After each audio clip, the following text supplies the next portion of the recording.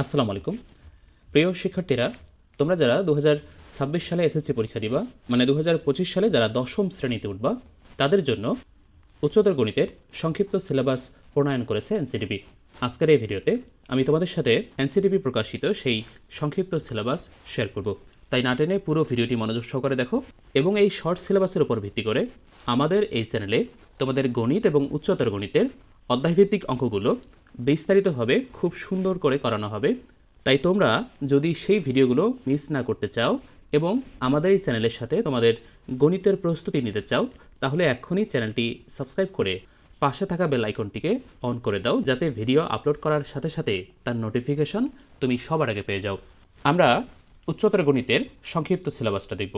তোমরা এখানে দেখতে পাচ্ছ যে ছকটা দেয়া আছে, এই ছকে এখানে অধ্যায়ের নাম দেয়া আছে এবং এই অধ্যায়ে কি কি পড়তে হবে তা এই যে কলামটা দেখতে পাচ্ছ, এই কলামে বিশদভাবে বর্ণনা করা আছে। তো প্রথমে আমরা দেখব দ্বিতীয় অধ্যায় দেয়া আছে। দ্বিতীয় অধ্যায়ের শিরোনাম হচ্ছে বীজগাণিতিক রাশি। এই বীজগাণিতিক রাশির কি কি পড়তে হবে তা এখানে উল্লেখ করে দেয়া হয়েছে, যেমন চলক, ধ্রুবক ও বহুপদী। এখানে বহুপদীর গুণফল ও ভাগফল পড়তে হবে। বহুপদীর উৎপাদকে বিশ্লেষণ, যেমন ভাগশেষ উপপাদ্য ও উৎপাদক উপপাদ্য, এটা করতে হবে। এরপরে সমমাত্রিক বহুপদী, প্রতিসম ও চক্রক্রমিক রাশি, অনূর্ধ্ব 3 চলক বিশিষ্ট এই চক্রক্রমিক রাশি পড়তে হবে। এরপরে চক্রক্রমিক বহুপদীর উৎপাদকে বিশ্লেষণ, তারপরে মূলদ ভগ্নাংশকে আংশিক ভগ্নাংশে প্রকাশ, সরল মূলদ ভগ্নাংশ দেয়া থাকবে। এই মূলদ ভগ্নাংশকে আংশিক ভগ্নাংশে প্রকাশ, এই অঙ্কটা খুবই গুরুত্বপূর্ণ। এরপরে আমরা দেখতে পাচ্ছি সপ্তম অধ্যায় দেয়া আছে অসীম ধারা। এখানে কি কি পড়তে হবে? অনুক্রম পড়তে হবে, অসীম ধারা পড়তে হবে, অসীম গুণোত্তর ধারা পড়তে হবে, আবৃত দশমিক সংখ্যাকে অনন্ত গুণোত্তর ধারায় প্রকাশ এবং সাধারণ ভগ্নাংশে রূপান্তর, এটা করতে হবে। এরপরে তোমরা দেখতে পাচ্ছ যে দশম অধ্যায় দেয়া আছে দ্বিপদী বিস্তৃতি। এখানে কি কি পড়তে হবে? এখানে বলছে যে দ্বিপদী 1 + y⁴n এর বিস্তৃতি প্যাসকেলের ত্রিভুজ ব্যবহার করে, তারপরে হচ্ছে x + y⁴n দ্বিপদী এর বিস্তৃতি সাধারণ ঘাতের জন্য দ্বিপদী বিস্তৃতি, এরপরে ফ্যাক্টোরিয়াল n ও এনসিআর এর মান, তারপরে পড়তে হবে গাণিতিক সমস্যা সমাধান। খুবই চমৎকার একটা অধ্যায়। এরপরে অষ্টম অধ্যায় ত্রিকোণমিতি আংশিক, এটা কিন্তু পুরাটা না। দেখো, যেটা আংশিক পড়তে হবে সেটা উল্লেখ করে দেয়া হয়েছে, আর যেটা পুরাটাই পড়তে হবে সেটাতে আংশিক কথাটা লেখা নাই। ঠিক আছে? আচ্ছা, এই ত্রিকোণমিতির কোন অংশটা পড়তে হবে সেটা এখানে বলে দেয়া হয়েছে। দেখো, বিভিন্ন কোণের ত্রিকোণমিতিক অনুপাতসমূহ নির্ণয়, এটা পড়তে হবে। এরপরে অনূর্ধ্ব 2π কোণের ত্রিকোণমিতিক অনুপাত, এরপরে -θ কোণের ত্রিকোণমিতিক অনুপাত, পূর্ণ সংখ্যা n যেখানে n <= 4 এর জন্য nπ/2 ± θ কোণের ত্রিকোণমিতিক অনুপাত ও প্রয়োগ, এটা করতে হবে। এরপরে সহজ ত্রিকোণমিতিক সমীকরণের সমাধান, এটা করতে হবে।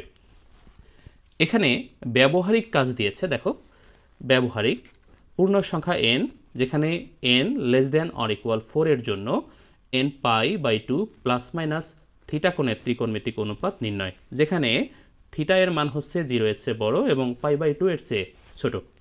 এরপরে তোমরা দেখতে পাচ্ছ দ্বাদশ অধ্যায় মানে 12 অধ্যায়,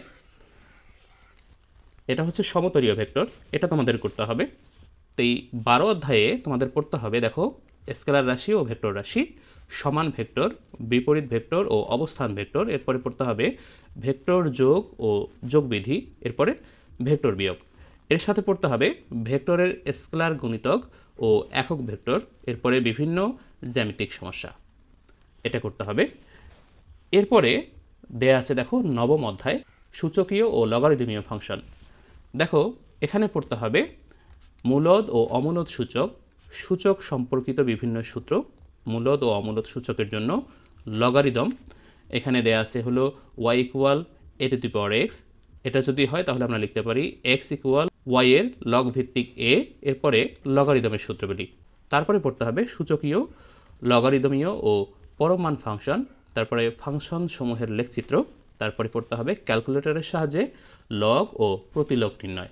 আচ্ছা, এরপরে এখানে ব্যবহারিক দেয়া আছে। দেখো, যে ফাংশন সমূহের লেখচিত্র ও বিপরীত ফাংশন নির্ণয়, তারপরে সূচকীয়, লগারিদমীয় ও পরমমান ফাংশন সমূহের লেখচিত্র অঙ্কন ও বৈশিষ্ট্য নির্ণয়, এরপরে ক্যালকুলেটরের সাহায্যে লগ ও প্রতিলগ নির্ণয়।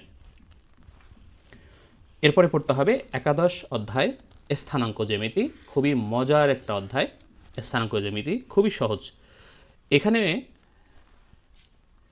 এখানে পড়তে হবে দেখো যে আয়তাকার কার্তেশীয় গুণজ, দুইটি বিন্দুর মধ্যবর্তী দূরত্ব, সরল রেখার ঢাল ও সমীকরণ। তারপরে পড়তে হবে ত্রিভুজ ও চতুর্ভুজের ক্ষেত্রফল, ত্রিভুজ ও চতুর্ভুজ অঙ্কন, এরপরে সরল রেখার চিত্র। এগুলো করতে হবে। ব্যবহারিক কাজ এখানে দিয়েছে যে বাহুর দৈর্ঘ্য বিন্দু পাতনের মাধ্যমে ত্রিভুজ বা চতুর্ভুজ সংক্রান্ত জ্যামিতিক অঙ্কন ও ক্ষেত্রফল নির্ণয়, এটা করতে হবে। এরপরে সর্বশেষ অধ্যায় মানে 14 অধ্যায় সম্ভাবনা।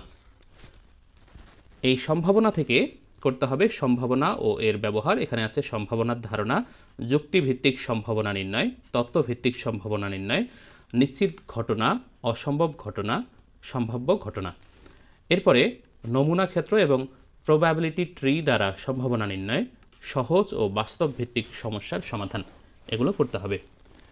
এখানে বলছে বিশেষ দ্রষ্টব্য, তত্ত্বীয় ক্লাসের সাথে সাথে উল্লেখিত সময়ের মধ্যে ব্যবহারিক কাজটি সম্পন্ন করতে হবে। মানে ব্যবহারিক কাজ সম্পন্ন করার একটা তাগিদ এখানে দেওয়া হয়েছে।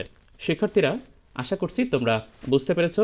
তোমরা তোমাদের খাতায় এই অধ্যায়গুলো লিখে নাও এবং এখন থেকে পড়াশোনা শুরু করে দাও, যাতে এসএসসি পরীক্ষায় তোমরা ভালো রেজাল্ট করতে পারো। যেহেতু তোমাদের কাছে মাত্র একটা বছর সময় আছে এই নতুন বইতে, যদিও তোমাদেরকে শর্ট সিলেবাস দেওয়া হয়েছে, তারপরও যেহেতু তোমাদের একটা বছর চলে গিয়েছে, এই বছরে তোমাদের এই বইগুলো কমপ্লিট করে পরীক্ষার প্রিপারেশন নেওয়া একটু টাফ হবে।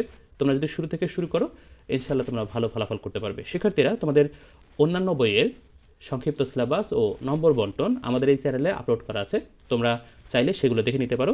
আশা করছি সেই ভিডিওগুলো তোমাদের ভালো লাগবে এবং তোমাদের উপকারে আসবে।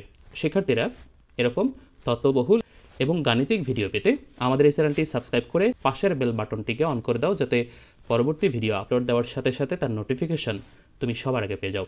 শিক্ষার্থীরা, আজকে বিদায় নিচ্ছি। তোমরা সবাই ভালো থাকবে, সুস্থ থাকবে। দেখা হবে পরবর্তী ভিডিওতে। আল্লাহ হাফেজ।